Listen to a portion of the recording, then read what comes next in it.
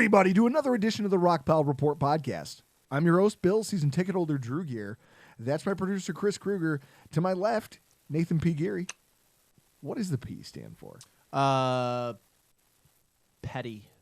I was going to say, can you remember? It's Patrick. Patrick. Yeah, but I like Petty better. I think I'm actually thinking about legally changing it to Petty. See, I'm not going to lie to you. You strike me more as a Preston. Like that seems like the way you the pompadour thing you do with your hair. Sure. Just Pompadour. I mean, I know. Oh, I know. Well, I met you guys, and all of a sudden, Chris was like, that's a nice hairstyle.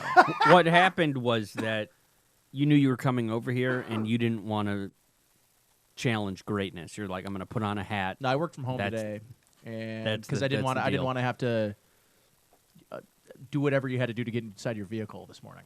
Chris, now it's hilarious to me that this conversation started like this. It always and does. you two just inevitably went to hair. Nate, I told you via text that there's an intro to one of our shows that I've been waiting almost 2.5 months to kind of roll out, and you're the person I feel like you're best suited for it. Best suited for this. Okay. So my wife, she watches a lot of really horseshit, embarrassing TV but she does it when I'm not home. So she watches like reality TV. Well, so she like Love Is Blind. The Hills. Okay, that's actually embarrassing. I can't watch a dude with a fucking cowboy hat on and a bolo eating sushi going, I just don't know what I want to do with my life. Shut the fuck up and go to work, asshole, like the rest of us. My life is just so hard. Take off the cowboy You're hat. on Netflix. You don't need a belt buckle. You didn't ride a horse here. Stop it. Your life is tough because you're stupid. So she watches the Dallas. She does watch the making the cut, the Dallas Cowboy Cheerleaders reality show. Oh, I didn't know it was a thing. I thought you were about to say Dallas Buyers Club. No, she watches. I like McConaughey too. She watches that show religiously. That's one after a glass or two of whiskey, I'll watch with her. I'll be like, listen, I'm here for the showmanship. Listen, I think chummy, terrible reality love TV is grown on me more than I ever wished that it could grow on anyone. Like, Love Is Blind is one of the greatest Netflix series that have ever. I'll take your word for it because I'll never see it. No, watch it. Won't. Watch it. We should do an episode about Love Is Blind. Not gonna. Drew, it's really... Listen, you know me. I am an intellectual. But I heckle. The problem is I'm watching the whole... That's the best part is you make fun of them. That's the whole thing. That's why you'd like it. And that's what we're doing here tonight. Because this is the thing. Like, all of these shows that she watches when I'm not home, she kind of tells me, she gives me the blow-by-blow, and I still make fun of it, but she doesn't have to hear it. Well, she came to me probably about 2 months ago, and she goes, I had a realization the other night. Now, she refers to this program as the Jay Cutler Show. And again, this is why I love my wife. She watches the show very cavalry. Mm-hmm. That got canceled. But fast forwards through all of this. They divorced. She fast forwards through most of the scenes that Jay Cutler isn't in. She calls it the Jay Cutler Show because that's what she's turned it into. She's like, the only part of the show that's actually redeeming is when he's there and their relationship and watching their relationship dynamic. That's the only part of the show, I guess, that's fun to her. Now, this is what she says to me. She goes, I can't shake it. She's like, I've watched the show. Like, she's rewatched them. She's rewatched it like 2 or 3 times. Mm-hmm. She goes, all I see is Chris Kruger when I watch this show. Now, Nate, I'm about to put some images in front of you. This is Jay Cutler sitting at brunch. Way better hair. Okay. This is Chris Kruger, but look at the face, look at the facial features, look at the mouth, look at the face. Now hang on. Look at that stance. Dad bod. Kind of like a hand on a hip. Like a little puss in his face, yeah. Now, it's in the eyes and the mouth and the nose. Like they're dead inside a little bit, yeah. Now look at vest. Now he's indoors. And this is where she goes, it's even worse because of the wardrobe. Vest inside the house. He hasn't left the house all day, but he's wearing a vest indoors. Dickhead with his hair done wearing sunglasses inside. That face right there looks like the face he's making right now. That one might be the kicker for me. True or false? Chris not only has resting bitch face, but also is the Jay Cutler of the Rockpile Report podcast. If he's Jay Cutler, what does that make you? A horse's ass? I don't know. Because you're definitely not. I'm not Kristen definitely not Cavallari. Kristen Cavallari. Yeah. I don't know, but look at the hair to the just kind of. I will say this, Chris. You know, as a gentleman with who appreciates a good course flow, a you good do. haircut. There is Cutler had he's got a nice lay to his hair. It falls nicely. He not only Yeah. that, but he also wears chinos and boots inside of his house. Who else do we know who does that? Well, Nate can see my entire shoe collection right here. I've made in front note of me. I've made note of Guys, this before. I'm going to need you to send those photos to me I purposely because didn't show you ahead of time. Well, I I'm purposely gonna don't want you to look. see. I'm gonna need those because right now we are filming. So hopefully this episode will be on YouTube. We're gonna no, that's what I'm gonna say. I'm gonna send You these to need you to now. send me and you're these gonna do it in photos. post, and it's gonna be one of the greatest things. Yes. Look at that face right there, the skeptical Chris face. He has it. The more you look It's at the those chins. two, it's the chin. chins that give it. It's when that he give does it one of away. these and he has a Yeah. subtle double chin. Yeah. Jay's got 6 there, but Yeah, well, that's a bad picture of Jay Cutler. Bad Jay Cutler, average Chris decent Krueger. Chris. It's Yeah. a decent Chris Yeah, Krueger. yeah, I this has been so you agree with me. It's can not. see It's it. not a. It's not a deep. It's not like a deep fake, but it's good. I mean, it's fairly good. It's fairly good. Guys, I urge you, go check it out for yourself. Google Jay Cutler's face and then Google Chris Rockpile report and just look at the photos. Chris Krueger, any one of his photos, butt them up against one another. You won't be disappointed. I'll take that as a compliment. I don't think it's intended. Can you drink that cocktail I made? So Chris, Nate, because Nate's bartending now. Nate, I'm a better bartender than Well, you. here, FYI. I'm a beer tender. I'm not a bartender. So, Oh. well, I was gonna say before I get my germs in it, here, sir. I mean, you did give me COVID once, so I did the first time around. First time around, I did. you did give me COVID. Don't worry, I won't do that to you. I'll let you sip it first. Now, tell me, is that something that you would drink if someone served it to you? You don't even tell me what's in it.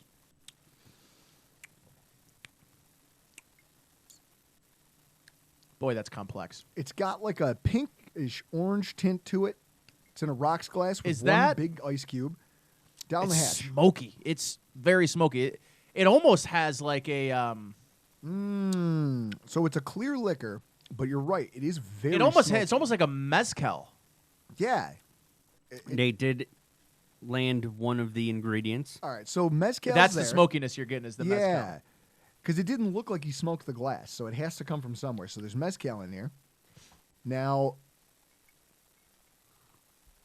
there's also a little bit of almost like a fruitiness to it, though. Let me get another hit of this. And see, this is how we all get COVID again. Have we learned nothing, Nathan? Have we learned nothing?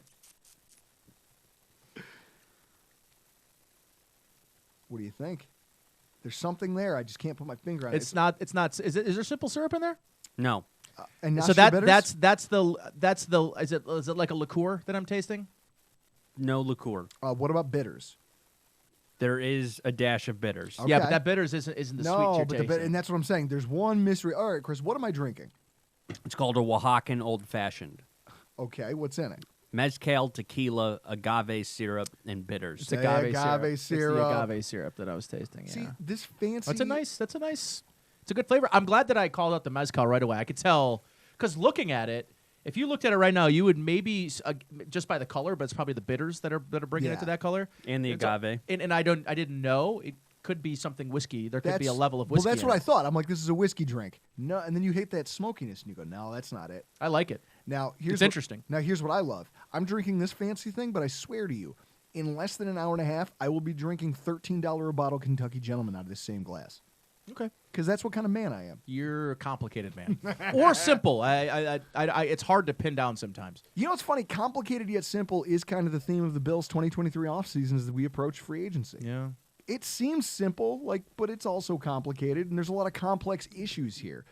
Because you're talking about the Buffalo Bills, highly competitive team over the last couple seasons. And during that time, they've done a pretty good job of doing the thing I think Bean said that they set out to do. You draft talent and retain talent. That was his kind of stated thing to us, right? Like, I'm going to draft and retain talent. Poyer and Hyde. You signed them as free agents. Well, not when Bean was the GM, but with McDermott as the head coach. You identified them as targets in free agency, brought them in, and then extended them twice because you recognized them as core players. You know what they haven't done? They haven't gotten a Poyer and Hyde, not like safeties particular, but like undervalued players in Yes. other places that elevated to all-pro level players. Yes. Well, that's something. It's been a while. They also had the trade and extension for Stephon Diggs. Yep. Okay. They gave Dawson Knox a contract that in a year or two is going to be considered highly competitive. Like once you see a couple other tight ends get paid. Sure. I mean, Jonnu Smith's signed a $50 million contract. He's going to get cut. So. Jonnu Smith is fucking hilarious. Do you remember Funny. when Bills fans were screaming about how we didn't sign him? Yeah. And then the Patriots gave him $12 million. And how'd that work out? Not I think well. $12 million a year. Not well. They gave Not well. got extensions done for Trey White, Mhm. Deion Dawkins, Matt Milano. Like those were homegrown cornerstone players. These are pivotal positions. You crafted a quarterback extension that, for what it is now, when you look at where When they're talking quarterback- about where Lamar Jackson is talking about asking for more guaranteed money than Deshaun Watson, yeah, it's going to be a year. It might be a deal right now, depending on what Daniel Jones gets. Don't even get me started about that. Like what Daniel Jones getting a contract extension of the size they're talking about, it's the Cosmo Kramer of quarterback contracts.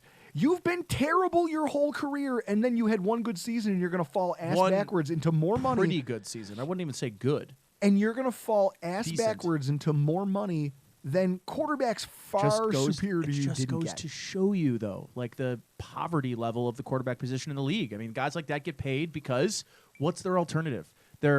They won too many football games to be in a position to really get one of the top guys in the draft. And what are you going to do? Are you going to give him I don't think. I would be surprised if they land on $45 million is the number. I think somewhere between 35 and 40. Because what I love is I think I like the conspiracy theory out there. I think I saw Brett Coleman tweet it where he said, "I've seen this before. I guarantee," he's like, "I would put money that this was floated. This rumor was leaked by the Giants just to test the waters and kind of like, hey, we're going to give everyone sticker shock now, Yeah, right. so that they feel like they're getting a deal when we sign it for 36." I mean, it's kind of treating your fan base like marks, but also signing Daniel Jones to that contract is treating your fan base like marks. I think about it this way: like if he gets 38, which I think would be the number that I think you would have to swallow on that. If you get 38 for Daniel Jones, what are you gonna go get Derek Carr? Is Derek Carr Elite? Yes. I hate you. Nate, see that face that he's making right now. It's Every Jay time Cutler, he the little brings shitty That's grin what I'm on his saying. There it face, is. yeah. It's the Jay Cutler face. He does it all the time. little shitty grin. I can't unsee it ever since my wife said it. So My wife. the thing about Allen is that he's got flexibility built into his contract. We just talked about this. I was filling in the afternoon show. We had Mike Giannetti from Spot Trek on. See? And I asked him, when does the parachute get pulled on that contract for Mhm. Josh Allen? He doesn't think it's this year. No, probably not. Kansas City didn't pull the parachute this year on Mahomes yet. And Yep. Mahomes has got an even friendlier, long-term, kick the can down the road type of contract than Josh Allen does. Oh, I know. But the flexibility that are built into not just that contract, but guys like Dawkins, guys like Milano, if you wanted to do an extension and then kick some money down the road, Trey White, you've got options. Bean has done a really good job of giving himself options. Yeah. They're going to need that, right? Because Everyone talks about the restructuring. What you just said, I think, is maybe most interesting. Do you extend a guy like Matt Milano right now? I would. Is he eligible? I don't. I mean, I'm assuming so. You already extended him once. Do you have 2 to years wait? ago. Do I'm not sure if you have to wait. wait. I Would don't think so. No, I don't think so either. You could extend him an extra year. You could give him an extra year on his contract. Hey, and Cutler, why don't you Google that for us? It's worth a Google. Give it a Google. So what I would say is this. We talked last week in our salary cap primer. Well, they could definitely they could extend him for sure. See, They so could there's- extend him right now, So you could do it today. and you could you could probably clear $10 million off of his cap hit this year by extending him to 2026 or something. Give him a 2-year extension. And tell me he's not a player you don't want on your team. Oh, for yeah, this. hell So yeah, this is what I he mean. is. Like, Bean has done a good job identifying talent, watching that talent grow, signing contracts with flexibility built into them, and giving himself options. And they're going to need that because last week we did our salary cap primer. You guys who've listened to it are familiar with the idea that we have viable options to gain meaningful cap space. I think Greg Thompson overall got $50 million. Yeah, you could if you needed to get like nuclear we're going to be buyers, and we're going to try to win the Super Bowl next year. Why Rams haven't they done that? style. Fuck the Well, consequences. it's not just the Rams. The Niners know. did it. They didn't win it this year, albeit, but they had a very unlucky quarterback situation. Oh my God, you can't lose that many quarterbacks. Like that's. Do the 49ers win that game if Brock Purdy is healthy that entire game? I'd say it would be way more competitive. It would have been more competitive. I mean, for I sure. was sick and making chili that day, but I guess I'm.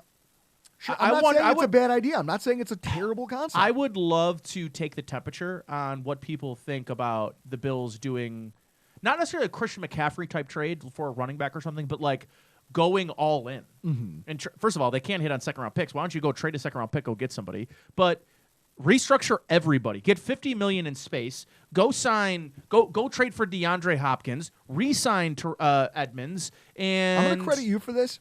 When we're done here tonight, I'm going to put up a poll. I'm going to credit you and Greg, and we're all going to get together and we're going to see what the results is. Let's test the temperature of the fan base.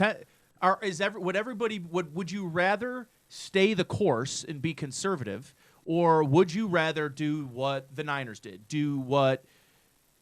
Wait, conservative? That's the hallmark. Is that the word of the day? That's the hallmark of this franchise, isn't it? I don't like it.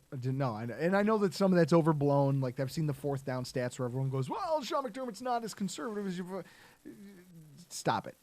It's something that you think about, right? You go, this team has not gone all in, and you almost wonder if the window for them to take a shot like that might be getting away from them.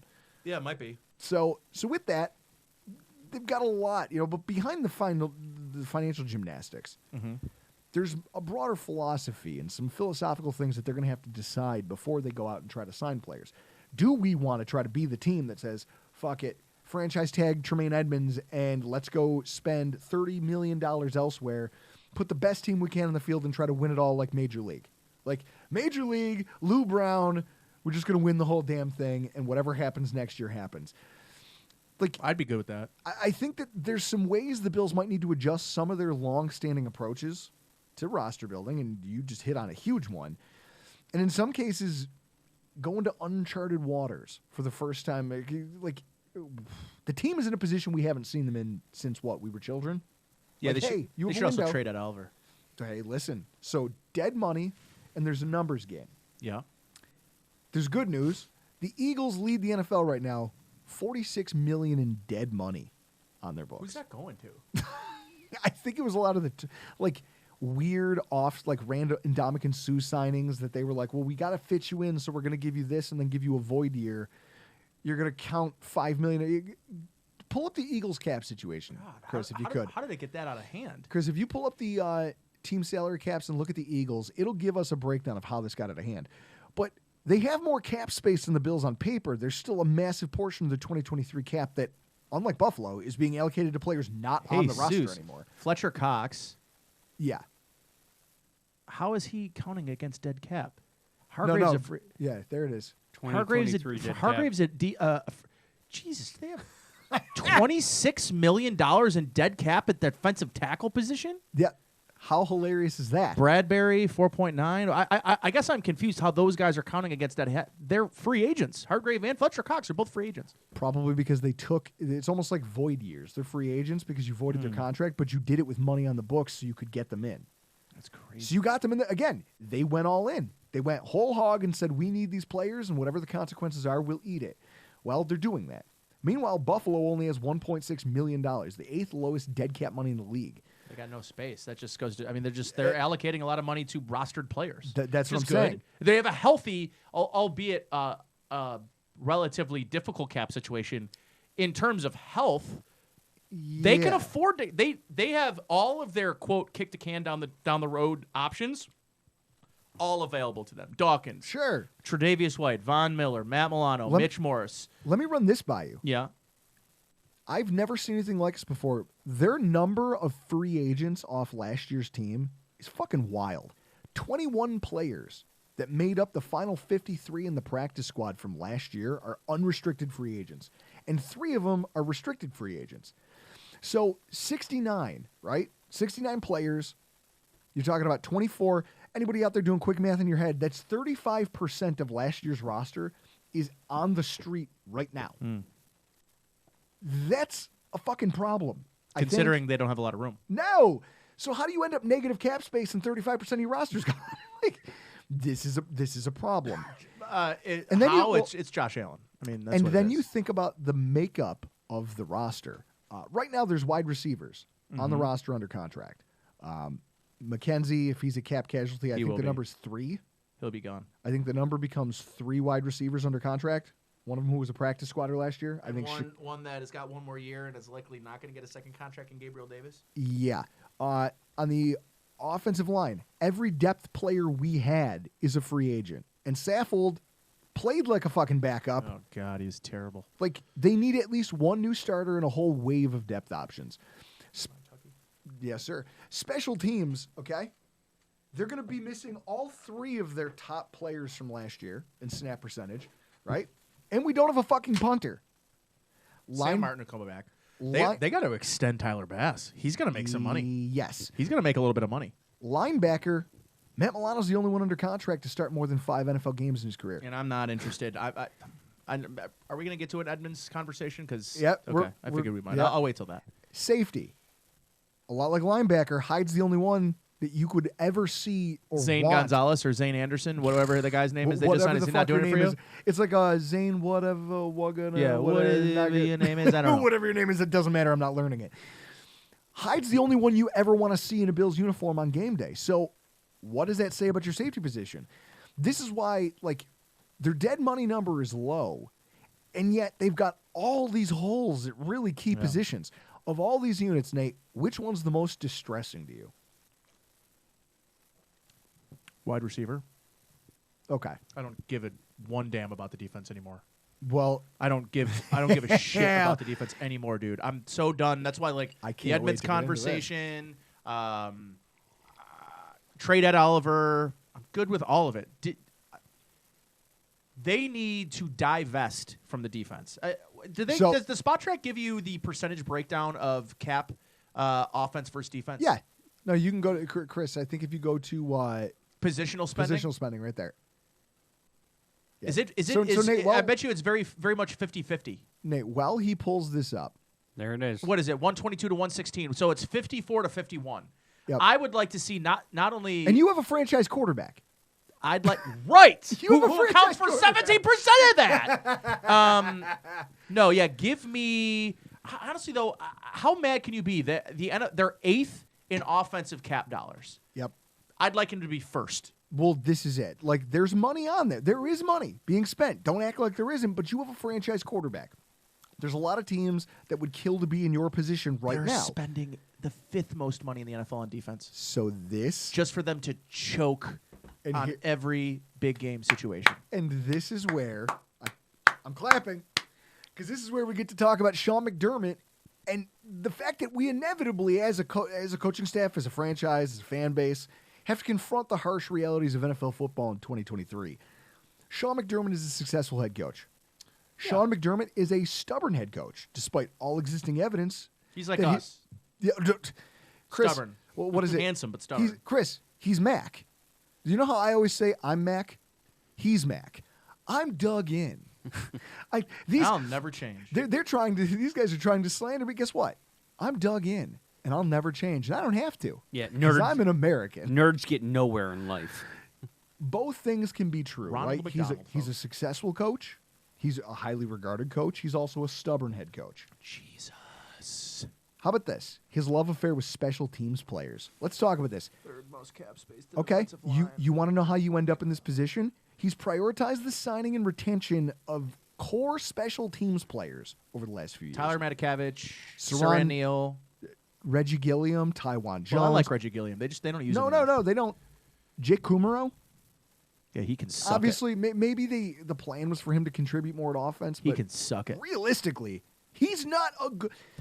He would have been a starting wide receiver. Who is Desmond Patmon? Patmon. Nobody I ever hoped to see That on is- the fucking that- field.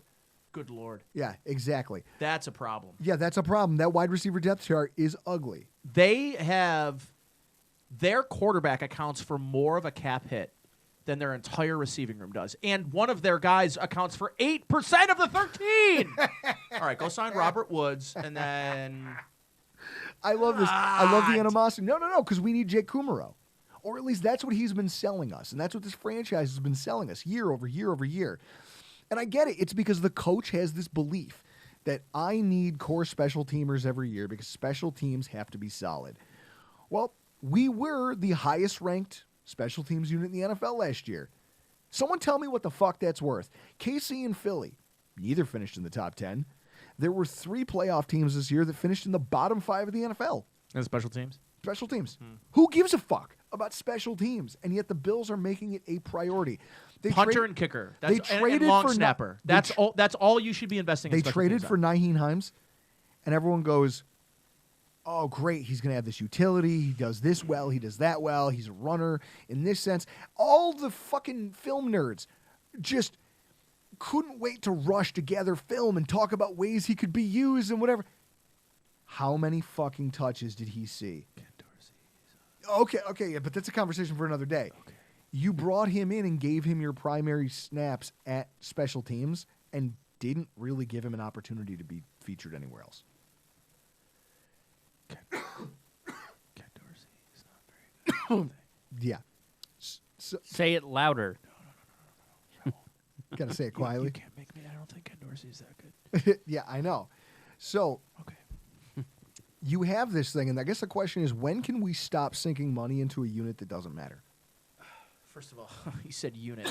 Secondly, why don't you keep coughing away over here, guy? What? You already got COVID No, yeah, you gave it to me just now. again? Yeah.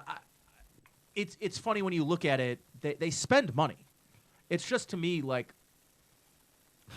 at what point do you say? A lot of this has to do with. Listen, Ed Oliver sticks out like a sore thumb to me. His entire contract's guaranteed. If you trade it, it's zero dead cap money, and you could give up. You could make $11 million in space without, and you give up on a player. Let's be honest, that you're not committing to him long term. You're not. Whoa. But Nate. Okay, so first of all, you're in agreement with me, right? Can we punt special team spending into the fucking sun? Oh yeah, I thought we were over that. I thought we Okay, agreed no. on it. I thought we were. Because I now thought we you moved say Ed on. Oliver, it's right here in front of me. Defensive-minded head coach. You'd expect the draft to skew defense, right? You'd a caller. Yeah. I know I had a caller that said if you have a defensive-minded head coach and a veteran defensive coordinator, wouldn't the idea be that you could get more from less on the defensive side of the ball? That you'd want to stock the cupboards offensively because your head coach is a defensive guru and in theory should be able to develop guys and get more out of them than other teams were capable. And early on, you got that from Micah Hyde. You got that from Jordan Poyer. And now you really don't. Drunk note on my phone from the other night. Your D is great. Of course. Thanks, Drew. Thanks, Drew. I appreciate the compliment. It's the nicest thing anyone's ever said about me. My D is great. Every regular season, you have a defensive head coach. Your offense is good. You're very handsome. I like your mustache a lot, and you have a franchise mustache. That is, Drew. Those are your drunk notes, your drunk thoughts. My drunk thoughts. I think Elf's going to be. I think he's going to be. He's going to be offended. He's going to be offended that I'm he's not the most stepping out- handsome that I'm guy stepping on, out on your him? notepad. My thing was drunkenly typing away on my phone. I just showed it to Nate.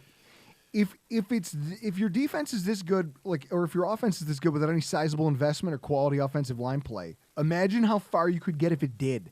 And also, stop. Let me ask you a question. Neglecting that side of the foot. Let me ask you a question. If they traded Ed Oliver, would you be good with them taking an interior defensive lineman in the first round? Okay. Now, this is where me and Greg Thompson, he had one of his moments. Greg loves to step in, but also I kind of know I'm forcing him to. Sure. I like knowing that I can do a thing to Greg that he and I have talked about it at length. He's like, I know people. He goes, I don't get mad at anyone. He gets mad at me sometimes. he has- Me and him get mad at each other. Here's why. Because he doesn't like it when people that he views as being intelligent on a certain topic Say dumb things- shit. Say dumb shit. like me and you do. Fakakta. What's happening Yeah, throw one of those in and keep drinking. here? I will. I'll drink right through this cough drop. like your D, Nate. So here's the thing. When you look at the draft investment, he's been a head coach here for 6 seasons. 5 of those drafts, Josh Allen notwithstanding, they took their highest piece of draft capital and invested it in a defensive player. Yeah. How many of them have been on the line? All of them. Rousseau, Basham, Epinesa. You start looking at this and you go, you guys are putting top 60 picks into. Okay, so you have three of them on the D line. Stinks. Decent. In Rousseau. Yeah. Like you're getting there, but you're also not get. What are you getting for your return on this? You just keep sinking asset at Oliver. You keep sinking assets into this one unit. What are you getting for your return? Yeah. It hasn't been anything earth-shattering. You're not getting a Bosa. You're not getting a, I don't know. There's been, and I'm not saying they're bad players. What I'm saying is you're doing this, and meanwhile, you're basically saying to Josh Allen, hey, here's some bullshit. Make it work. What I don't love about investing in defensive line is investing in defensive line at the 27th pick, at the 29th pick, at the 30th pick, because that's not where the elite level defensive line are being picked. And if you're not getting an elite level player, then pick another position. Well, exactly. Also, 3 of the 4 largest investments of cap space last offseason, defensive linemen. Come on. At a certain point, this becomes malfeasance, right? Hey, I've got a quarterback who I think might be just as good. Like if Patrick Mahomes is there and Josh Allen, like you can argue over who's 1A and like who's 1 and 2, but they're in the top 3, correct? Yeah, and their interior defensive line accounts for 12% of their salary cap. Thank you. And outside Daquan Jones, they could all go. Yeah, most of them would not be noticed if they left. Now they would be. That's that's a little hyperbolic. I'll admit that. But then this is what I say: you've sank all these assets into the fucking defense. What have you gotten for your money? We're talking about return on investment. The 2020 AFC title run, they gave up more than 430 yards twice. They gave up 62 points in 3 games. If you count their loss to the Bengals last month against Kansas City, the Bills have allowed over 400 yards of opposing offense 4 times in 7 games, and they've given up an average of 32 points in those games. The fuck are we talking about? Where a lot of money for that. What am I getting for my money? Couldn't you get that if you paid $20 million less to your defense? You could get those exact same numbers. Did you ever see the movie The Big Short? It's a fucking fantastic It's movie. an amazing movie, It's guys. unbelievable. I get drunk and watch it while my wife's sleeping next to me on the couch. That is for sure the movie Cheers. a man watches when his wife and or significant other won't watch it. Yep. Luckily now I'm single, so I sit in my now I get to dictate everything that's on TV. Yep. And The Big Short is like on a short list of movies. It's an that amazing I will go film. To. Shawshank, The Big Short, in that order. When I saw those stats as I was getting ready for this conversation, I now understand the feeling of the guy who walks into Bills need to Christian short the Bale's defense. offense and goes, "Give me my fucking money back." Yeah. No. I know you think you're smart. I know you got your algorithm. Give me my fucking money back. We are Christian Bale, and The Bills are Christian Bale. You and I are Christian Bale. We're saying, yo, this shit's gonna pop, and you should do this. Stop doing that. Well, yeah. Brandon Bean is every person with Scoffed multiple at it. mortgages. Oh yeah, who scoffed? And then they said, "No, let's take out more. Let's create Multiple more mortgage mortgages. debt." Yes. So realistically, does this drive this home, Weird Chris? comparison, You're but- sitting here listening to us yell at each other about this. At this critical yelling, juncture as a football team, it's time to start utilizing the resources we have, both in terms of draft capital and especially UFA dollars, towards helping the offense, considering that all of our investment hasn't really yielded results when it matters. Correct or incorrect? That makes perfect sense. We should start sinking some money into the offense. That was a full sentence. I thought he was just going to say yes. No, I know. I'm shocked. Chris, Yeah. pat yourself on the back. Yeah. You outdid yourself this time. I love breaking his balls because he just... All right. All right, man. Cool. No, because that's his way of letting me know, like, you're going to pay for this later. Oh yeah. He's definitely going to put something in your next cocktail. No, it won't even be that. He'll just come back with Little cocky pot something cocktail. shitty, or he's going to... Oh, God. I've had to bite my tongue on a lot of things. Like what? I'm not going to even go there. He's got a list that's on his phone, and it doesn't include complimenting my D size. He's mad that I started the show with him looking like Jay Cutler. I'm No, I'm No, sure dude, that's- I will take looking like Jay Cutler. He's a good-looking man with a lot of money. He was married to a supermodel. Yes. Oh my gosh, Chris, you look like the guy that dated a supermodel. Oh damn, Drew, Yeah, that's really you piece of shit. Yeah, listen, I've outkicked my coverage how many times in my life? You've seen it with your own 2 eyes. Not with Brittany. Brittany was Brittany. So talk to me about Brittany. Who's Brittany? We'll figure Is that. she an ex? I'll tell Yes, you. After the show? That's how, actually the reason we know. That's how we know each other. Is his ex-girlfriend and my ex-wife were best friends. and similarly. And then you both upgraded. Yeah. Yeah. I forgot Oh, Chris. by You know what- significant You know what's margins. funny? As I forget Chris was married. Right? Because he doesn't strike you as the marrying type. Yeah. No, that's not why. That's not why. You'll It's- have to. I mean, I don't know if Drew wants to discuss it on the podcast, but you'll have to ask Drew about Brittany, a roast beef sandwich, Oh my gosh. and a whip. Oh, Jesus. No, that's a story for another day. Listen, you know, the podcast listeners, they might deserve to know this, Guys, but that's Patreon material right there, Chris. So it's OnlyFans material. I but guess. there is, outside of that story, there's one other 800-pound gorilla in the room. Okay. Rookies and rookie usage. Here's Yeah. one of the God. biggest problems Why that the are you Bills gonna are. get me started on shit that I try Yeah. to bury down inside of me? The reason that we spend so much is because McDermott has proven, and everyone keeps saying, "Well, not really." He doesn't these are utilize good. rookies unless he has to. And those defensive players he keeps drafting happen to be at positions where we quote unquote have to. White and Elam, both of them were taken because they were positions of need. Rousseau, Epinesa, Oliver, all at the time that They they blew were their drafted. load a year early too. By the way, this cornerback Yes. class, Yes, they could have got one by trading back and still getting a really good one this year. But Meanwhile, I get it. Rookies on the offensive side of the ball, like Allen was going to be benched for Peterman. That was the fucking plan. And if Peterman didn't, Peter, man. crash into the side of Mount Peterman, Turn on channel that's 13. it. We wouldn't have had the jump over Anthony Barr. We never would have gotten to see that because Josh Well, Allen you would don't have. think Nate Peterman could have done that? Singletary was entrenched behind Frank Gore for the first half of his rookie season. Yeah. Knox actually got utilized, saw 50 targets, but his competition was Tyler Croft. Lee Smith. Lee Smith, he might as well be an offensive tackle. Give me Like a break. You cannot remember Lee Smith. the most frustrating one, right? Like everyone's watching this Gabe? past year. Or this one, Shakir and Cook. Shakir and Cook. Yeah. Cook, legitimate open field weapon, running back with speed on a team that desperately needed it. Did you see the stats behind Khalil Shakir's open rate versus man coverage? I was just about to Number say, one amongst all rookies. Mensaw, better than offensive rookie of the year Jets wide receiver Garrett Wilson. Yeah. Malfeasance. How much can is I the word ask you that this keeps question? coming Can to I ask mind. you this question?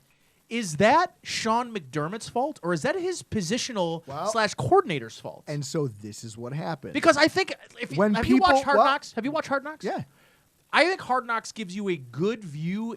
If it gives you one thing, it gives you the understanding of how coaching hierarchy Well, works. exactly. And so this is why last week when we were talking about we did a pretty straightforward podcast about the coaching decisions.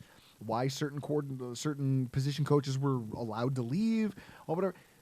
I go back to when Rick Dennison was Jesus. fired as soon as this thing was over. Yeah.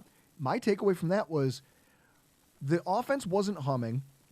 Somebody certainly true. got in Sean McDermott's ear and said, "Hey, in order to run this offense, you know what we need is a quarterback change." Who do you think comes to a coach and says, "Hey, our offense is okay, but it could be more the if you quarterback did coach? this"? There was a quarterback coach and there was a coordinator. Both of them were jettisoned into the sun as soon as the season ended. Who was the quarterback's coach under Dennison? Guys, call in if you know. Not Sean Tierney, right? No, Tierney came over Yes. with Dable. Yes.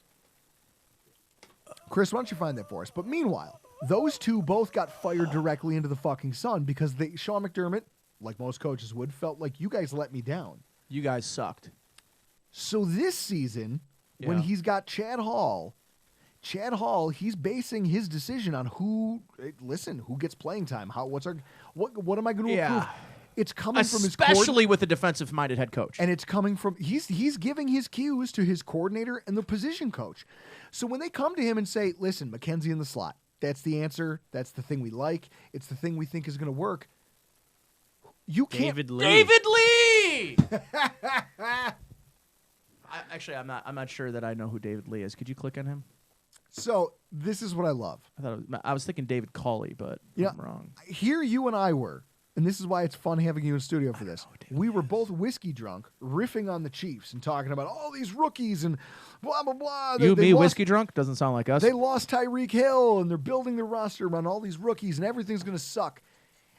everything was weak. No, it's David Culley. It was David Culley. Yes. They're getting way too much credit, blah, blah, blah, blah, blah, blah, blah, blah, blah. And then those assholes proceed to win a fucking Lombardi trophy while featuring the highest rookie snap percentage in the entire league. Meanwhile, going into the playoffs, the Bills were the 24th. Right? Even though they had 9 rookies on the team, But- they were 24th in rookie snaps. Also, the Chiefs, and this is my favorite thing about people that say, well, it's hard to draft well when you're drafting in the end of the first round all the time. And I'm like, well, the Chiefs draft well every year. Every year. They got Isaiah Pacheco in the 7th round when the Bills. Can I ask you this?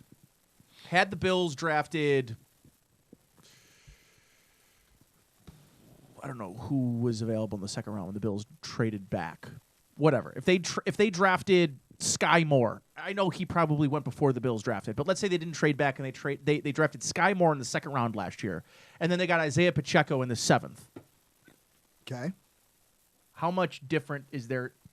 Even if they didn't win the Super Bowl, if we're sitting here today saying they got Sky Moore and Isaiah Pacheco, and they got Pacheco in the 7th round, and he's making $286,000. What are we saying? Yeah, no, it's again, it's an indictment Would of it even have mattered, Drew? Because what if either of them played? Well, that's I guess that's the question here. So, for KC, when they were making those, a lot of it was cap driven, right? They put all their money in their defensive line, and it fucking worked. Like, the cap situation dictated that they had to start rookies at positions they normally don't. Now, here's the question I have for you. This finally looks like a season where no matter what we draft, McDermott's going to kind of be forced to play rookies. Doesn't matter where they are. Unless it's on the defensive line again, which I'll fucking snap. I'm sure people will riot. But I'll snap if they trade at Oliver, I'm good with them drafting defensive line. I really am. Okay. I really am. Okay. I really am. With the contingency that if he's traded to free up those cap dollars, then you're okay with it. Now, I guess the question is, knowing that they're inevitably going to make moves to free up cap space, like you're talking about with that Oliver's trade and everything else, do you think that based on the position, first of all, if they do go with what fans are yelling for, an offensive-heavy draft, do you foresee a world where those players, unless they're offensive linemen, actually see the field? I'm sorry, say that again? Offensive line is a need for the Bills. Everyone knows that. Yeah. You need someone to push Spencer Brown, Yeah. and you need somebody to play guard for you because you're not bringing back Roger Saffold. That's right. That first of all, they better not. That can't happen again. So you're probably, and then you also have to have some kind of an idea of what's going to happen after Mitch Morse. Like you need to start laying the foundation. I for that totally now. agree with that. So Can I tell you what I think the smart move is? what's that? Ryan Bates. Okay, Playing so center. so now you're maybe investing in 2 guards or a guard and a I think tackle. you can do that. I think Perfect. Bates gives you a lot of flexibility to draft Perfect. the best guy at the position you're going to take him at. Now, outside of drafting offensive linemen, Yeah. running backs, wide I'm not receivers, convinced they can do, but go ahead. running backs, wide receivers, tight ends. Do you think that even if the team spends draft capital on them, they will see the snap share that they probably deserve? History would tell you no. But This we'll is where Greg Thompson will sweep in and go, well, he's like Oscar from The Office sometimes. I love Greg. I love him. he's like a straight Oscar. But he'll sweep in and go, well, actually, just because you say it hasn't happened yet, look at all the things. Everyone says this about Brandon Bean, and he eventually comes in and does the thing. Greg, when you inevitably listen to this podcast and then text text Drew about him talking shit about you, I love you, and I would never say such defamatory things about your character like he is. But I would. Hey, whoa. He did let me be on a podcast this week with Mike Camerlengo, which was awesome. I tried my hardest not to fanboy out while I was doing it. It was a lot of fun, but also I couldn't help but disrespect Greg a little bit because he was wearing a hoodie with a suit coat. I've seen that move I don't want to get into this. I think it's a great look. I don't want to get into this. You know I don't who want to el- get into this. Yeah, you know who else? I'm You know the best who- looking wait, one here, whoa, guys. whoa. I'm the best looking one here, and if Do I you say know it who- goes, it goes. I'm just going to say this. Do you know who else pulled the hoodie with suit coat look? Tyrone Biggums. That's all I'm going to say. Tyrone Biggums did it. I do want to point out though that I think I may have exceeded this room's cup size for man tits. I think I might have You the best actually man have tits the now. big ones. I think I might have the best man tits here now. So, should the team, Love here's you, the Greg. question. Here's the other question before we move on. So, if this team doesn't trust rookies on offense, They don't really trust rookies on defense either, but go ahead. True. Should the team then look to spend more free agent dollars on the offensive side of the ball this year? I would argue that if It's not smart. in the I standing would we're in draft- right now, I would love for them to trade all of their draft picks to get veterans. Well, That sounds dramatic. I'm not kidding. I think right now, I would love for the Bills to trade their first and second round pick and go get someone legitimate. I don't know. I have nobody in mind for this. I literally have nobody in mind for this. But you could find a player that is on the outs on their current roster. How about Jerry Jeudy? With a year left on his rookie deal plus his 5th-year option, you go out and you trade a second-round pick for Jerry Jeudy. How about that? How about Ed Oliver? Ed Oliver for Jerry Jeudy straight up? Yes. Or throw Say in a less. pick. Throw in Say a fucking less. pick. Ed Oliver and a 4th for Jerry Hey, Jeudy. Chris, Say can you less. throw that over here on this screen in front of us? What? Say less. The whatever you're Googling right now. I just can so see we it. can Oh, see it. the I can see Yeah, it. because I can. Spot Track. I'm Yeah. having a hard time making. He's it got out. 74 computer screens. How are you expecting him to do all this? He did it, though. He did it. He did it. literally Look, did it. seamlessly. It's now so in front of us. Look, yes, this is my decision right here. Oh, wait, is this his 5th-year op? Okay, this is year 4. He's got his 5th-year option next year, which is $12 million. Take that to the bank if he's your number 2 This receiver. is my point. There are moves to be made, and if you don't this is an offseason where the Bills might have to get creative in order to help the offense. And to your point, let's stop feeding the defense and start feeding the offense. This is a perfect way to do it. What if you traded Gabe Davis for Jerry Jeudy? I don't know what I don't care what it takes. There's moves out there to be made. And this is, I guess, the other thing, because what the Bills are going to do first. They're going to look in house Cry. and say, who can we keep? The Bills like this idea Shakir should of be their keeping number their 3. own. Shakir should be their number 3. It's not. This is why, like, the Gabriel Davis conversation is super interesting to me because I would be good if they traded Gabriel Davis this year. Because I bet you another team views him as a legitimate number 2. We could do something that the Bills aren't doing with Gabriel Davis, and I might agree with them. I don't think they use Gabriel Davis in the right way. So what if you said, they have Tim Patrick coming back from injury, right, Yep. who they like a lot, and they paid. Yep. And Jerry Judy's a young guy. They paid Cortland Sutton. Feels like, I don't know, Give me something. Give the me problem some with the reason to NFL get excited about this The offense problem with the next NFL season. is trades aren't as cool as they are in the NBA, and all of it's because of the contract structuring. The NBA, True. everything's guaranteed. You could trade contracts like it's nothing. You have dead cap hits when you trade in the NBA. Yep. The NFL needs to figure it out because they should be imploring teams to trade more. We should have 5 huge trades every offseason. We should have. We're getting there. We've gotten there at We're the getting trade there. deadline. We've seen more trades at the trade deadline. Yep. But like, if I'm the Bills, that's how you go all in this year. It's not. And listen, like, I know Bruce makes a great point about, like, if you're going to use assets on a wide receiver, make it in the draft because you need cost-controlled players for a handful of seasons that you don't currently have. And I agree with that. I think Khalil Shakir is a great example of that. I think Shakir. But that right there, Jerry Jeudy, still cost control. So this by the Still way, cost controlled. can we revisit something really quick? Is it Chris. Isaiah Hodgins? Chris, can we revisit something really quick? Yeah. Where are we on the Hodgins versus Gabriel Davis conversation? It's way closer than it was a year and a half ago. I hate you. Yeah. Oh, I thought I Right? was going to get out of this conversation Right? without that being thrown in my Like, face. I'm pretty sure that that's closer. And are the Bills in a better position if they have Isaiah McKenzie or Isaiah Hodgins? And I mean, does he actually do what he did on this roster? I don't know. I don't think so. I don't think so. But also, we'll never know. And that's their fault. It's their fault. It's their fault. Is that Chad Hall's fault? Is that And that's my point. So when you see the Shakir kind of slight over Isaiah McKenzie, who was not a great receiver last year, statistically, But here's the analytically, thing about McKenzie. to the eyes. Use him right. Well, Use him the right way. Give him.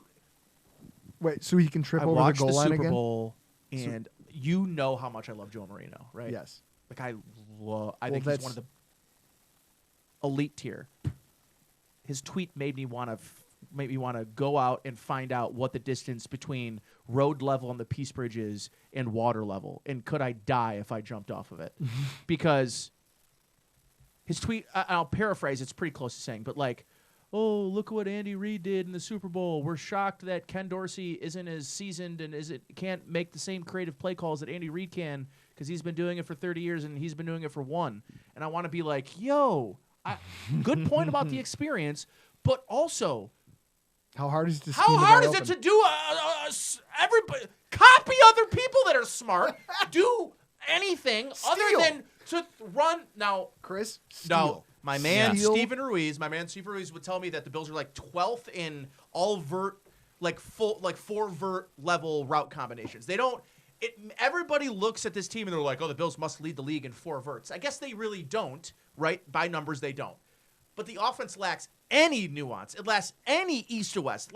It lacks any level of pre-snap window dressing. It just is, Josh Allen, go be a superhero, and I'll make money off of you. And I'm sorry, but like as a guy that pined for Ken Dorsey, I feel bamboozled. I feel fooled. It feels like I hired a guy, a really good sales guy, for a lot of money, and all he does is smoke his weed pen and does nothing at his desk for 40 hours. That's what it feels like I've got with Ken Dorsey. And for me, when I watch a Super Bowl, and as much as, yes, he is a first-year offensive coordinator, what excuse do you have? Because you're a first-year offensive coordinator, you can't do anything creative. You can't have emotion come into the backfield and then go out of the backfield and a little pass. Come on, man. I love you, Joe. Don't take it against me. I think you're brilliant. I think you're a handsome fella. You just turned into Charlie Kelly describing the post office hierarchy. Chris, our podcast is the only one that can create moments like this. Like, I've watched Food for Thought. I've never seen that. I've never seen that. R.I.P. Food for Thought. I know. Listen. But, hey. Well, let's pour one out real quick for the. Pour it in my mouth. Pour one. So I never watched you freak out like that during your own podcast. I love it. These Montuckies are fantastic. I love the fact that you come in here and save just this stuff for us. And I guess what I look at is I say, okay, so now our offensive coordinator isn't great. So he's going to need all the fucking help he can get. You need a quality offensive line now. And you need wide receivers who can create on their own, because your offensive coordinator is not going to be the most nuanced individual. Is Leslie Frazier their assistant head coach? I think he is, right? No, but I think he is. Here, the reason I'm bringing this up is the Bills missed a big opportunity to go get Jim Caldwell, not to take over Ken Dorsey, but said to this in a have tweet a senior 2 weeks offensive assistant. Boom! 2 weeks ago, I said the same fucking thing. I tweeted out that the Bills missed an opportunity to go get him somebody to ride shotgun, who was a veteran. And I mentioned Jim Caldwell. There was 2 other people I mentioned, and then everyone got on my ass for it. And I said, "Listen, assistant head coach. This is why I love Twitter. You all get mad, and I have no emotion about any of your thoughts because it's the internet, and I don't know you people. But he's going to need help. Now, with that in mind, inside or outside, do we retain the guys who were here last year because we have so many impending free agents? Do you keep your own, or do you try to branch out and find new blood when you consider how poorly this season ended? Now, here's what I'll say. Before you guys continue that, we have some breaking news. Oh, no. From my girlfriend. Sounds like there's some sort of domestic violence event happening down there on Nate's recent blow-up. See, and this is why I love this podcast. I love the fact that there's people in this domicile who are just upstairs going, what on earth is happening in my house? She should know by now. I've been here a few times. Yeah. She should be used to this. Look, you do know that fucking flat earthers coming back. I'll put a Seagrams on it with both of you. Bobby Hart will be back in a Bills uniform next year. And this is the type of shit I'm talking That's not a bet I'm interested in. No, That's just a low-profile bet. It's he's the Keith Richards. Matt Barkley's back next year. Keith Richards and cockroaches. Like, they're the only things that survive. Do I not have any Seagrams bets that I'm owed? Oh no, you Sir, you have several here. have several on the board. He has a whole roster of them. What do we have? Baker Mayfield MVP from his second year. You still have 5 to drink. I don't have any Seagrams, so we can't do this. From NFL TD pass. I won that one. No, he's thrown an NFL TD pass. You said I said he wouldn't. Yeah. And then I love how happy you got for a second. So we do have it over there from Lauren. Oh yeah, she gave us a beer bong. Yeah, Cook more snaps by week 15, 2 flavored Seagrams in a beer bong. Wait. What was the last one? I'm sorry. You said you would take 2 Seagrams, and you would put them in a beer bong, and do them through the funnel. I think you even said you'd soak an Arby's roast beef sandwich in it. He was getting more snaps. And he was getting more snaps, which is why you don't have to do it. Yeah, exactly. I also won that bet with Bruce Nolan. I know you did. So cheers to you. And I mean, here's what I'll look at. the way that this team spends, we just talked about offensive linemen. You wouldn't be mad at it in the draft, but you're also saying trade the draft picks. If you're going to retain, all Bean has ever done, and I go back to this all the time, ahead in 2018, he was being asked by the local media, what do you think about linemen, blah, blah, blah, lineman philosophy.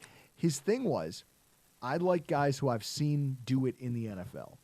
And he's backed that up by literally just addressing the offensive line with a random draft pick here or there in the second or third round and spending money on every shot in the dark UFA that maybe he'll blow up here. Maybe this guy will succeed. Maybe this will happen. This guy's old, but maybe he'll Has it worked?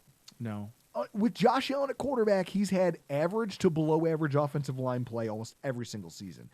There's been a win or two. He's got Mitch Morse, 2020 Darrell Williams, but everything else, Spencer Long, Roger Saffold, there's been a lot of flops. John Feliciano, who fucking didn't know. They put a lot of Band-Aids on the offensive line. At a certain, is this the offseason where we see them try to fix that? Or do you think that they're so convinced that they don't need to? It's not that we they're should convinced. Prepare ourselves for an offseason of them doing more of the same. The problem is what are they doing to create the cap space good enough to go get a Dalton Risner? Well, this is it. What? He's making 10 a year. How badly do you want this? How badly do you want to? You hear the comments. Hey, we saw Josh all banged up at the end of the year, and I think that UCL thing scared the shit out of both of them. Scared me. Not even for reasons of oh my God, my C's not this. If Josh Allen goes down, both of those coaches go, oh fuck. Our job just became exponentially harder. Will you pull up this exact same table, but the Kansas City Chiefs? Not leave this up, and I want it on another screen. All right. Kansas City. Here's what I want to show you. Here's what I want to go through really quick. Okay. The top 5 cap hits for the Bills and the top 5 cap hits for the Kansas City Chiefs. Perfect. All right, salary cap table, boom, roll it down. Not yet. No. Oh, okay, right. So here we go. Throw it over. Okay, on the number screen. 1 Patrick Mahomes, number 1 Josh Allen. Okay. Patrick Mahomes has 2 Super Bowls, so they get the nod on that one. Yep. Okay, they get the nod, but it's close. That's probably the closest we'll see. Yep. The next one, Frank Clark, Stephon Diggs. Obviously, that's a checkmark Bills. Yeah. Diggs. Well, they're over even Frank talking Clark. about cutting Frank Clark or releasing him for cap purposes. Right. But also, Frank Clark was 1 sack away from an NFL record for most sacks in a playoff, for most career sacks in the playoffs. So just consider that. The next one, Chris Jones, Von Miller. I go Chris Jones. Chris Jones is, and people will get mad when they hear this podcast. It's Chris Jones. Jones. It's not close, guys. It's not close. Joe Tooney's number 4. Number 4 for the Bills, Tre'Davious White. Yeah. It's Joe Tooney. Yeah, it's Joe Tooney. It's Joe Tooney. Number 5, Travis Kelce. Whoever it is, it doesn't matter. Nope. Deion Dawkins. Obviously, it's Chris Kelce. Let's go to number 6. Justin Reed, Matt Milano. Okay, Bills get the check mark there. Yeah. Marquez Valdez-Scantling. Okay, so let's just talk about their top 5 for right now. Short of Diggs over Frank Clark, it's not particularly close for the rest of them. No. That's the thing right now, is the Bills are paying guys at the top of their cap. Patrick Mahomes, best quarterback in football. Chris Jones, 3rd best defensive tackle in football. I don't even know if I'd put him 3rd because you watch. I might put him 2nd. I like that guy. I might put him 2nd. I hate his guts. I might put him 2nd. I think he's a fucking dirtbag, but that's also I might put why him 2nd. love him. I might put him 2nd. Yes. Okay, regardless, right? Joe Tooney, top 5 his position. I'd say he's in the top. Yeah. Travis Kelce, best at his position. There's not another tight end. Out of those 5, they have 2 of the number 1 players at their position, the number 2 player at their position, and maybe the number 5 player at their position. And the Bills are still trying to find it. Stephon Diggs, probably 5th, 6th at his position. Von Miller, at this point in his career, 10, 12 at his position. Maybe with his Tre'Davious White, 10, 12 at his position. Deion Dawkins, 10, 12 at his position. I guess my point here is their cap allocation in their top 5 is to literally the best players at their position. And the Bills are like, yeah, they're really good. They're pretty good, but they're not the best players at their position. None of the players in the Bills' top 5 of their salary cap is the best players at their position. So they have how do you 2 change guys at the best player of their position, and the other guy's the number 2 best player at his position. So how do you change this dynamic in this offseason? You don't. You don't. Not in an offseason. and- You may never be able to change that dynamic. So then here's a question. What can the Buffalo Bills, so now as you're entering free agency and you're entering the draft, you have all these things in front of you. There's a lot of philosophies at play here. The Bills can stay the course and they can continue just feeding the defense and praying to God that one year the defense shows That can't up be. in the It can't be playoffs. anymore. It can't be. But realistically, Chris, we would riot, right? Now that we have the numbers in front of us and we've seen this play out over 3 years, people would riot if you say, whoa, you're going to, A, neglect our quarterback like that. B, you're going to do, it's like, again, talking about Mac and being dug in. Now I'm going to start looking at Brandon Beane that way. And I'm going to go, wait a minute. You as a GM whose job is to make sure that your team is always vying for a Super Bowl or at least building towards one. I know there's 32 guys trying to do the job, but you have one of the golden tickets because your quarterback is fucking amazing. Yeah. You have a responsibility to at least be cognizant of your own previous biases, your processes, and revisit those. Because that's what the best GMs do, right? You figure out, how can I don't care what it takes, I will keep my team competitive. Right now, sinking all of your assets into the defense every single offseason has not produced you a championship. No, it hasn't. It hasn't even gotten you to the fucking Super Bowl, and your defense has been a doormat through those. While your offense has tried everything it can with underwhelming skill players and a bad offensive line to try to piece the rest together. Philosophically, it has to be a different season. I just don't know if they can, and I'm looking to you for some kind of hope that they might get there. I'm trying not to be pessimist Sunday, Drew. I'm trying to be the guy who just asks a couple probing questions. Are you not trying to be You're trying to be Brian Andrew. Dable? Brian Dable should be have a cinder block tied to his ankle and thrown off the Niagara Falls thing. Is that? I mean, a part of me still believes we should have done that, if nothing else. But then, Huh. Interesting. So the question. By the way, I know this was probably on camera. I was looking for the alcohol percentage of And you this, spilled it. and I went like this. I just want everybody to know I'm tipsy. I'm not drunk, but like that was an embarrassing moment for me. You just spilled beer on the table. It was on camera because I literally went like this. He tipped it sideways I did. to read it. Yeah. I can see it on the table. This is amazing. Well, don't worry. I can find it. I love that we get these moments on the Rockpile Report. By Ed, as you drinking it off the table. That is I a love Drew this. move. I can get the shot of that, zoom in, and make it a GIF. So this Which is one? Me sucking it or? Both. So if we're at this juncture where we're questioning, I would like that. and this is where I'll close it because I know you have something to say about this. The biggest tell as to whether or not we are at the juncture of whether this front office is going to choose to be different or if they're going to stay the course of what they've been doing for the last 3 years comes down to Tremaine Edmonds. Are they going to do the thing where they free up a bunch of cap space, they do all these things Greg Thompson's talked about and Paul Wineski's talked about and everyone's talked about?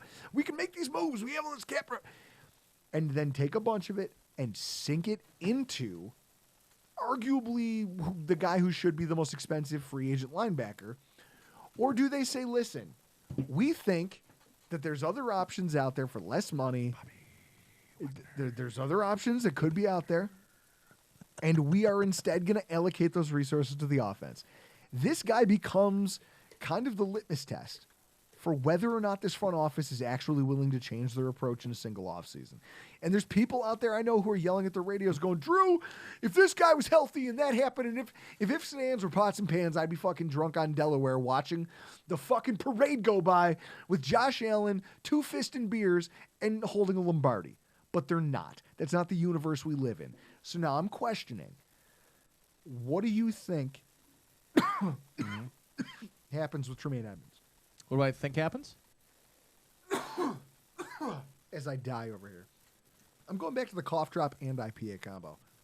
I've just never seen anybody do anything remotely close to a cough drop and IPA combo before. But Well, like you got to be strap in. Yeah. How does that? Okay. Adds Anyways, it adds a little touch of honey. I do to want that guy. to like later on if you maybe want to cut this out, but maybe like this is your Montucky. It's delicious. Like if you want to maybe cut that separately, we can do that. Tremaine Edmonds.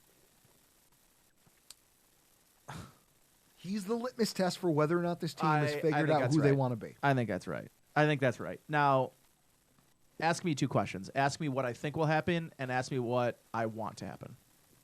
You pick which one you're going to go with first. What do you think is going to happen? I think the Bills are going to try to re-sign Tremaine Edmonds. What do you want to happen? I want them to be as one of his biggest offenders, by the way. One of his biggest offenders. There's no way in hell that I want. Okay, let's really do some math. Quick maths. Matt Milano counts 5%. We round up 6% of the cap. Okay. Add in the fact that you think Tremaine Edmonds is probably going to make 13. 15. So Tremaine Edmonds is going to get paid almost Von Miller money. So let's say 7% plus 6% is what? For you math folks out there. You're not talking one. It's 13%. It's 13%. So let's say they are paying the linebacker position 13%. Drew, can you pull up the percentage of linebacker money in the league? I love that you called him Drew. Yeah. Chris? Andrew. I don't know how to do that. Oh wait, go back. Go to the Bills positional spending. Go to positional spending. Positional spending, Chris. Yeah. And then go down go to to linebacker. Jesus. Here we go. And then we're looking at 6%, and let's say it's 13. Can we check the league on that, on where that falls in the league? Yes. In fact, You got to be able to look at it. I bet Chris, you. you go Wait. No. No. You can't see 13% of their. How about this? because It would Chris, go be- up to the top and go to positional spending. That's where I'm at. Okay, so But no, go just up- click. go No, up no, further. just click Go the up top further. one. No, up further in the Up actual further. header. Yep. Positional spending, right there, right there, Right in the red line. Red line. Yeah, left, On the left, red left, line. left, right there. Got it. Bang. All right, so now what you do is you scroll down. Well, so now what you can do is scroll down. Oh my God! What are the Cardinals doing? He goes, wait a minute. What the Jesus Christ! $21 million. Who is it? Yeah, the Cardinals and the fucking Falcons somehow are leading the NFL in linebacker What is spending. this? What is this, Nate? Who's that linebacker? What are they counting as linebackers? Are they counting rush linebackers? Chris, go up. Go up. I'm perturbed. I am so perturbed. No, Chris, no, that's an alphabetical. It's an alphabetical. wanna- Click that. No, but the Cardinals are up there at 21 million. 67 million for the. Yeah. This is counting edge players. This is counting edge rushers. This is It has not. to be. It This has is to be. not an accurate portrayal. Regardless. Chris, Yeah. Oh my God. point notwithstanding. Nate, The floor is Miami yours. Dolphins. Yeah, the Miami Dolphins. Oh my God! What are these teams doing? And so That's I how I guess- know there's edge in there. That's how. Okay. So this I is my digress. But this is my point. Doesn't looking at this sometimes as you and I sit here and scream into the ether, it gives us a little bit of perspective. Because you go, wait a minute, what the fuck are those teams doing? So as we sit here, I and literally, get mad what are those to that? we're getting mad about the Bills, and then we look at other teams and go, wait a minute, what the fuck is that guy? It's like, hey, my car is on fire. That guy's house is on fire. What the fuck is you? What did you do? That includes edges. I'm gonna die on that Okay. hill. That has to Okay. include teams that run 3-4. So- That's so- what it is. so- That's what it is. So with that in mind, Off-ball linebackers, the Bills. I bet you if the Bills had Edmonds and Milano at 13 and 15 respectively, was about 12.5% of their salary cap. I would guarantee that's number one in the league for off-ball linebackers. sure. Their defense is good, and it kind of becomes linebacker dependent. Now, here's And the problem. the McDermott defenses historically have been built around having two really good linebackers. And so this becomes, again, if they don't retain him, do we then have to sit here and fear running up to draft day that they're going to spend a top 60 pick on a fucking they linebacker? drafted a top Yeah, 90 top pick. 90 on Terrell Burnett. Don't Who even get me stinks. started about that. I'll fight. They, So this is my point. I think this you is could, again. Here, can I tell you my solution? The term malfeasance. MILF, you MILF have- seasons. You have neglected your offense for too long. Unfortunately, Hashtag MILF seasons. Now you as a coaching staff have to pay the piper. It's time for you to do the thing that you are uncomfortable doing. You have to neglect the defense now. the thing And that it's- makes you have sweaty hands. It's time to pay the offense. It's time to divest yourself of some of these defensive players that you traded up for in the draft, that you were elated fell to you in the draft, and you drafted them highly in the top the first round, the top 60. It's time to let go because you've tried this and it hasn't worked. If they don't, it doesn't mean that they'll be a bad football team No. in 2022. But what it means is their approach to free agency, like how they approach this and these philosophies that we're talking about here tonight, this is going to be a very telling offseason for the Buffalo Bills. The decisions that they make over the next 3 to 4 weeks are going to tell you how the next 3 to 4 years are going to go. And ultimately, I think the results that the defense have put up in the playoffs, the way the playoffs have ended with a bad taste in everybody's mouth, as they neglect the offensive line, neglect the skill positions, keep feeding a defense that just gets destroyed by the next elite quarterback that they run up against in the playoffs. If that continues, I don't know how much longer we're talking about any of this for. What do you mean? Like I'm just saying. You think they're going to get fired? No, but if you get 4 more years of not Super Bowl, does everybody keep their job? You'll get a Schottenheimer. You'll get Schottenheimered, is what you're saying? Yeah, 14-2 and then fired. So my idea is, Wow, what a time to be this alive. offseason kind of sucks because to me, I'm going, if there was ever a time to pivot, it's right now. Pivot! Right now, you still have assets. You still have the ability to get $50 million of cap space. That's going to get harder later. It's going to get harder next season, Yeah. and the season after, and the season after. If you don't do it now, when are you going to do it, Nate? If not now, when? Exactly. Guys, I don't know when that's going to be. It's up to the Bills to show us when that's going to be. I'm hoping it's soon. Like, what would you do if there's an offensive revolution on this team and they decide, hey, we're going to pour assets? Because we know, to your point, our offensive coordinator's not that great. We're going to give him What if this stops being about, hey, let's give Josh Allen, the way they went out and traded a first-round draft pick for Stephon Diggs, saying we need to give Josh Allen a legitimate weapon? What if the answer becomes, hey, now it's about Ken Dorsey? And they go, well, we don't have any concerns about Josh. We know Josh is a rock star. This fucking guy, we need to give him the world so that he looks like an adequate, like he's adequate at his job. You know what I'm going to do? When I get some time. You're single. You have nothing but time. Jesus Christ. I think what I'll do. Zing! I think what I'll do is put together a list of every offensive coordinator from last year that is still the offensive coordinator or play caller from their team. So, like Shane Strachan, he left. He's now the head coach. So I won't include him. But let's say there's 25 teams that are returning their play caller from last year. And do a power ranking. I'd like to see Where that. Ken Dorsey falls of the 25, and there might be less, there might be more than that. Where he falls in that. Now, using statistics might make it different than using judgment. Sure. Because if you want to use statistics, the Bills were like the number 3 offense. They were the number 2 scoring offense. They were number 5 passing But offense. how much of that is it's like you're playing with a game genie when you're a little kid because you're like, oh, this Ninja Turtles game is really fucking hard where you're going to swim through the seaweed. But luckily, I have Josh Allen, so I don't have to worry about that because even if I call a shit play, he'll just make it It's better. like being Jay Cutler but having Kristen Cavallari as your wife, And it all comes full circle. It's all coming back. It's all coming back to me now. You're a terrible singer. I love That you. is bullshit. I love you. I want you to know right now that I won a karaoke contest 2 weeks ago. With who? I'll come smoke those guys. I'll smoke you and them at the same time. Chris, are And you hearing Bruce? this? Do you want me to try? Dude, I've been calling down the thunder for 2 years. I've been challenging Bruce to come in here. We will do a karaoke competition. I'm texting him right now. Text him. No, hold on. So, with We're not that in mind, we're not leaving yet. When it comes to singing and Bruce and Drew, are you calling him? Yeah, I am. Oh, I love Oh that you my have his God! number. Hold on. Wow, you're gonna have to let him know immediately that he's on. He's on air. He's on air immediately. I hope he doesn't answer. Yeah. Nothing would be funnier than him screening your phone call. Oh God. Mr. Geary. Bruce, you're on live right now with the Rockpile report. I just wanted to make that known to you before anything else is said. Okay, fair enough. Bruce, we've had this conversation. I think I could take you in a karaoke competition, even though I've been very flattering about the karaoke podcast.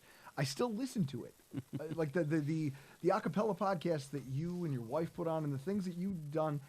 I'm appreciative of your tone, your tenor, and I still think I could beat you in karaoke because I just got done saying I would mop up Nate. And every He other is mustachioed full of idiot shit, that he Bruce. hangs out with. He's full of shit, and I just want to say right now that if there was a duet and it was you and Chris versus me and Bruce, you would never recover. No, the public shaming that you received would break the very foundations of your soul. You would come out of it as someone who was so low-key and so demure that people would think you had a lobotomy. And on top of that, your wife would leave you. That too. I don't know. I've done a lot of things. The fact that she hasn't left me already, I think we've already cemented Bruce, that's never going to happen. he besmirched me so badly that I was like, you know what? I'm calling Bruce right now. Bruce, I want to get you on record. Me and you versus Chris and Drew in a karaoke competition. They can pick the song. Would dominate. All right, guys, the parameters have been set. We're going to do this summer. You know what? That's the equivalent of what Colin Hanks in Orange County and Jack Black, and Drew and I would be Jack Black. No, Lance, you're- you would be, you and Bruce would be Colin Hanks. You, handsome, successful. That's Yeah. what we would be, and you Yeah. guys would be. We'd be Jack Jack Black. who has Yeah. lint in his belly button. Yeah, is what you Lance, guys were saying. Lance, I need you to stay in your room. Why? Because you're an embarrassment. Bruce, that's all I needed from you. We will our representation will be reaching out to their representation very soon about this competition. Sound good. Thanks, Bruce. Catch you later. Thank God Bruce answered though. Me and Bruce are good friends, so of course he was going to answer my phone call and humiliate you live on your own show. So You think I'm humiliated? Now I'm fired up. We're gonna nothing could humiliate you. I'm gonna hit you with "Cold as Ice" by Foreigner so fucking hard. Cold as ice. Willing to sacrifice our love. All right, on that note, guys, we got to get the fuck out of this podcast. I don't even know what it's turned into. I think we've established that this is a big off season. There's a lot of philosophical humps to get over. With Bruce Nolan doing a cameo on the show, I think that's about it. You can call this a fucking victory. Guys, I'm Drew Gear. That's Chris Kruger. This is Nathan P. Geary. That was Bruce Nolan out of fucking nowhere. And this has been your Rockpile Report.